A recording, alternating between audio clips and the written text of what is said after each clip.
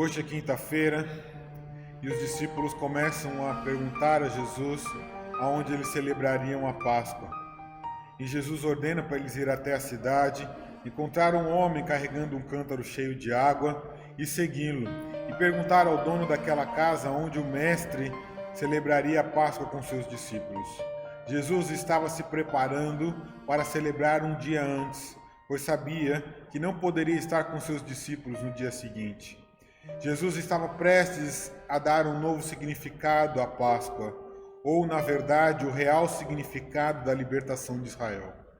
Ao cair da tarde, Jesus se reúne com seus discípulos, cinge uma toalha na sua cintura e começa a lavar os pés dos seus discípulos. Pedro pergunta por que tu fazes isso e Jesus diz que eles não compreenderiam naquele momento.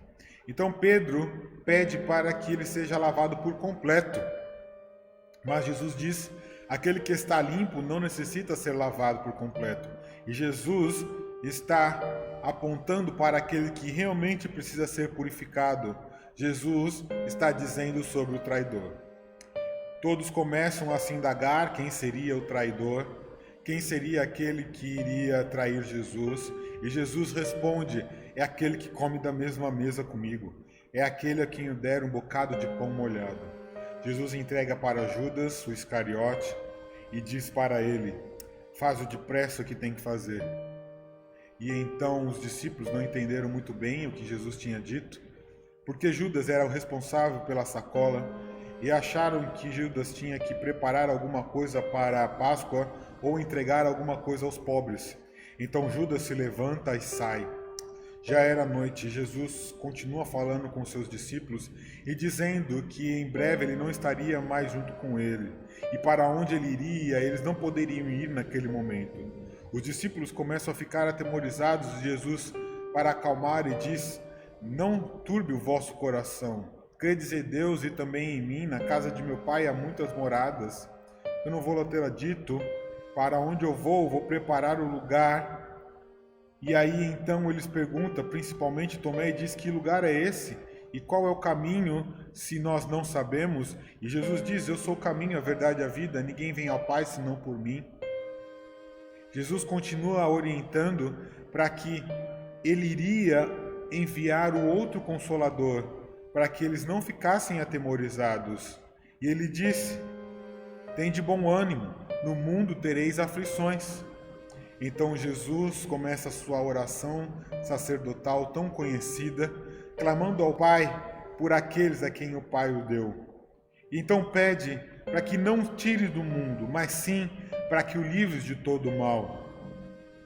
Então cantaram ao Senhor e saíram para o Monte das Oliveiras.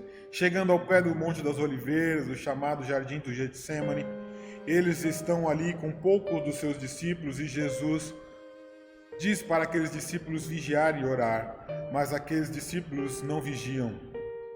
Judas então se aproxima com servos e soldados dos sacerdotes, anciãos e escribas.